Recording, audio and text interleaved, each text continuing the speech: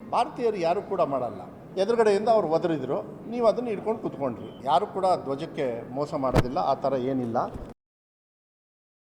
ಸಚಿವ ಜಮೀರ್ ಅಹ್ಮದ್ ಧ್ವಜಾರೋಹಣ ನೆರವೇರಿಸಲ್ಲ ಎಂಬ ಪತ್ರ ಬರೆದ ವಿಚಾರವಾಗಿ ಶಿವಮೊಗ್ಗದಲ್ಲಿ ಪ್ರತಿಕ್ರಿಯಿಸಿರುವ ಸಚಿವ ಮಧು ಬಂಗಾರಪ್ಪ, ಕೃಷ್ಣ ಬೈರೇಗೌಡ ಹಾಗೂ ಜಮೀರ್ ಅಹ್ಮದ್ ಇನ್ನೂ ಕೂಡ ಎಲ್ಲಿಯೂ ಜಿಲ್ಲಾ ಉಸ್ತುವಾರಿ ಸಚಿವರಾಗಿಲ್ಲ. ಯಾರು ಕೂಡ ರಾಷ್ಟ್ರಧ್ವಜ ಹಾರಿಸುವ ವಿಚಾರಕ್ಕೆ ಮೋಸ ಮಾಡುವುದಿಲ್ಲ.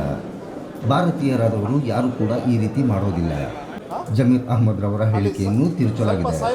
ವಿರೋಧ ಪಕ್ಷದವರು ಹೇಳಿದ್ದರಿಂದ ಮಾಧ್ಯಮದವರಾದ ನೀವು ಇದನ್ನು ತಿರುಚಿ ಕೇಳುತ್ತಿದ್ದೀರಾ ಎಂದು ಜಮೀರ್ ಅಹ್ಮದ್ ರವರ ಹೇಳಿಕೆಯನ್ನು ಸಚಿವರು ಸಮರ್ಥಿಸಿಕೊಂಡಿದ್ದಾರೆ.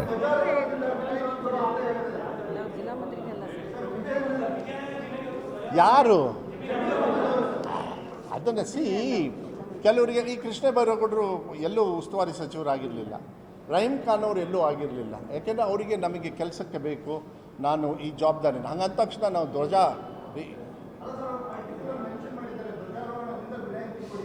ನೀವು ಅಲ್ಲ ಒಂದು ನಿಮಿಷ ಧ್ವಜ